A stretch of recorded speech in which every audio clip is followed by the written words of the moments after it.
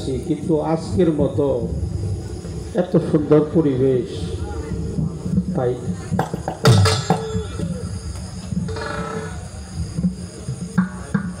এই দরবারটা যেন প্রতি বছরের নাই,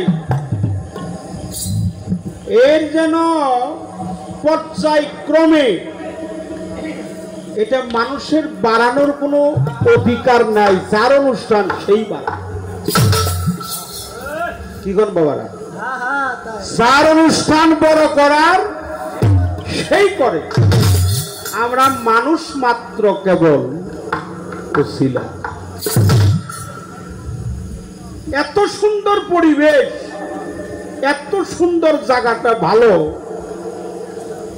এত সুন্দর মাধুর্য পরিবেশে আজকের এই রাজ্যে কোন জায়গাতে প্রভাব হয়ে গেল আমি নিজেও বুঝতে পারলাম। সুখের রজনী তো বাবা তাড়াতাড়ি প্রভাত হয়ে। আপনি যদি মরা লাশ নিয়ে রাত্রি যাপন করেন সহজে সেটা প্রভাত হয় না। মাওলানা নজরুদ্দিন মাওলানা আর আজকের সাউন্ড সিস্টেম যে এত ভালো, আপনারা যদি কেউ অনুষ্ঠান করেন, উরস করেন, আমি বাবার নামটাও জানি না, তোমার সাউন্ডের নামটা কি?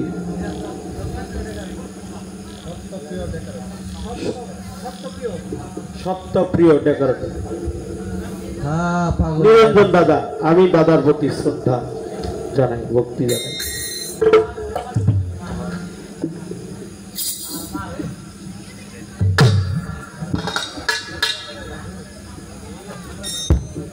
হ্যালো, মায়ের জাত মঞ্চের মধ্যে আমার একটা মালা দেওয়ার জন্য আসছি। আমি মায়ের প্রতি শ্রদ্ধা জানাই, ভক্তি জানাই, ভালোবাসা। পৃথিবীতে সবাই তো পাগল, পাগল আমিও পাগল, আপনারাও পাগল, মাও পাগল, সবাই পাগল। কেউ আছে নারীর পাগল, টাকার পাগল, গাড়ির পাগল, গুরু ভক্তের পাগল, সন্তান মাতা পিতার পাগল, আল্লাহ বান্দার পাগল, নবী তার উম্মতের পাগল, হাসান হোসেন ফাতেমার পাগল, ফাতেমা হাসান হোসেনের পাগল। এই পাগলেরই কারখানা, পাগলের জগৎ জোড়া। এই পাগল ছাড়া কিছুই নাই। তো যে দেশে আমার মা আমাকে নিয়ে গেছে,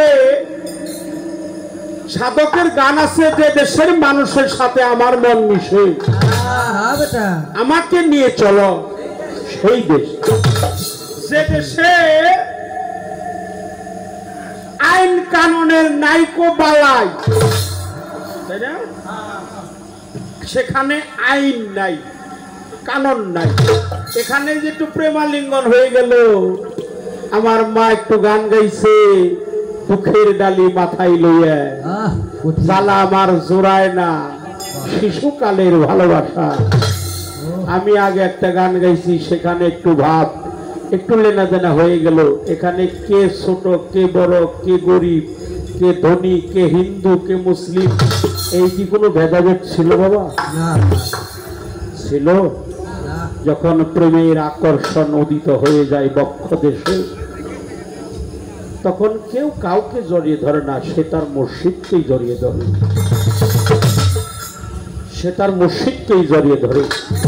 আমি কাউকে ভক্তি করি না, আমার মুর্শিদকেই করি।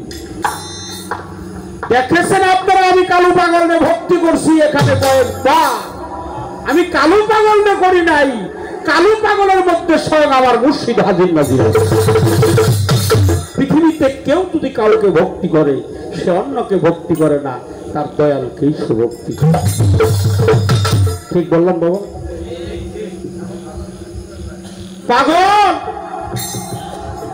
তোমার দরবারে গান গাওয়ার জন্য আসছি, গোলামি করার জন্য আসছি, টাকার বিনিময়ে যদিও আসি, আমি যেন তোমার চরণের দাসী হয়ে থাকতে পারি।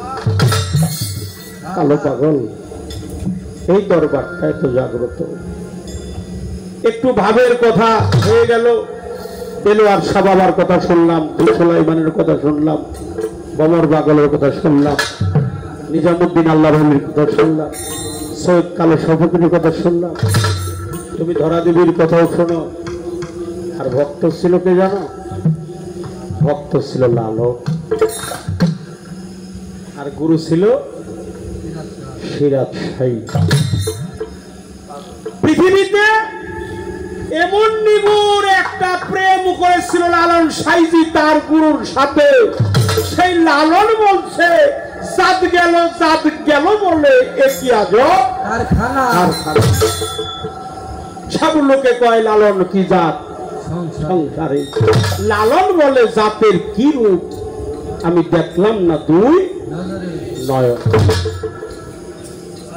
জাতের ভেদাভেদ নাই, শুদ্ধ বৌদ্ধ আর কায়স্থ ধুনিমানি জাতিগোষ্ঠ, হিন্দু মুসলিম বৌদ্ধ খ্রিস্টান যখন ভাবে উদিত হয়, নয়নের জল বক্ষ ভাসিয়ে দেয়, অন্তরের নিগুড় প্রেম কথাটা আকর্ষণ হয়, তখন একে অপরকে জড়িয়ে ধরে। ওই সময় কোন জাতের ভেদাভেদ থাকে না। জয় গুরু জয়। এই জন্য বাবা এই অনুষ্ঠানটা যেন পাগল, তোমার অনুষ্ঠান, তুমি লক্ষ্য রাখো পাগল। আমাকে কিছুই করার নাই, তোমার কৃপা চাই, চরণ ধুলি চাই, ভিক্ষা চাই। যার অনুষ্ঠান সই করে মানুষ মাত্র উপলক্ষ উছিলা। এইবার কিছু কথা আমার বলতে হবে, ডাইরেক্টলি তো বিচ্ছেদ গান গাওয়া যায় না। একটা